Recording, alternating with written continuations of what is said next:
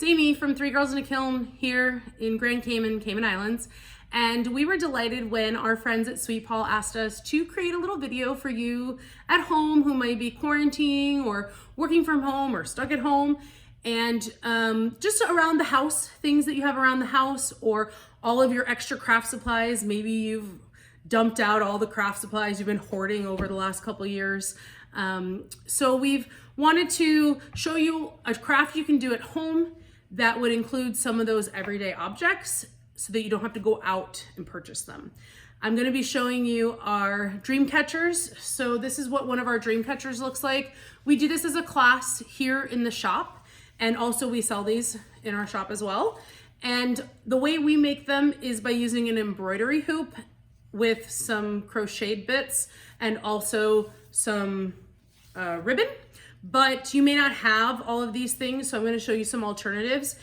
I have lots of embroidery hoops lying around for future craft projects that I haven't gotten to yet. I have small, medium, and large. You can use any of those sizes for this.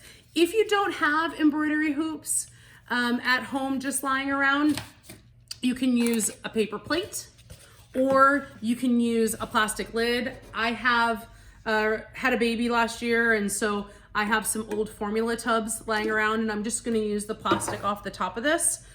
But you can use a paper plate, which you might have, and it could be any paper plate. I also have a hole punch. So in order to get that Dreamcatcher look, if I don't have an embroidery hoop, you can punch holes into the plastic or the cardboard to create notches if you want to string some jute rope like I have here, or some baker's twine. You can do that all the way around to create holes, which are nice because you can kind of thread this through, go all the way around. Or to mimic the embroidery hoop, you can cut out a circle and just leave the rim. Okay, that would be an alternative. You can also paint these or spray paint these if you don't like the color that they come. And I like the natural wood color. So in order to get this, I use a bit of crocheted doily. These are made by a lovely Canadian lady down at the farmer's market. I tell her what colors I want and she makes them, and I love being able to use something local in there. But if you don't have things like that lying around, you can use a bit of lace.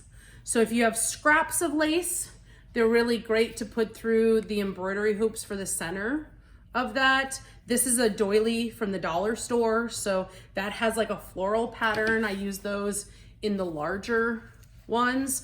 You can use old t-shirts. You can use any bit of fabric that you would want to display in the center of your Dreamcatcher.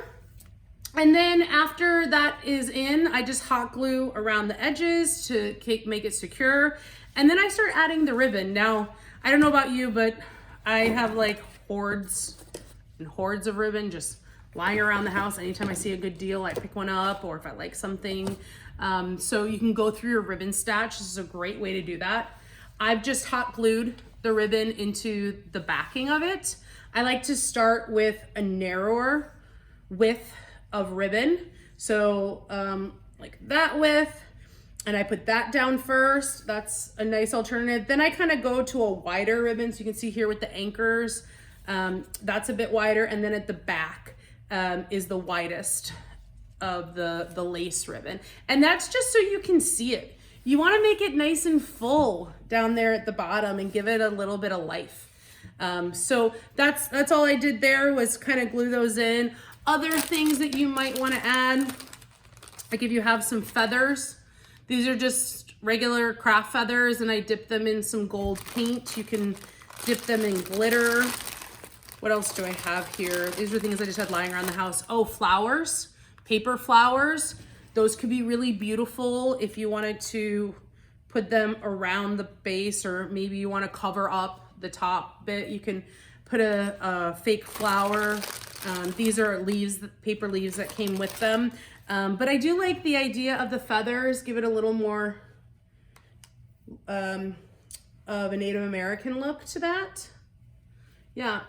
So that's just a little craft, something that can bring you a bit of joy during these uncertain times.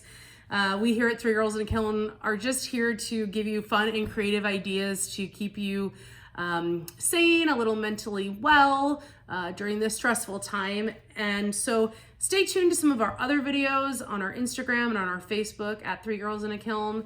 We're gonna have some fun tutorials coming up soon. So again, thanks to Sweet Paul for giving us this opportunity to have a little fun and crafting in your life these days.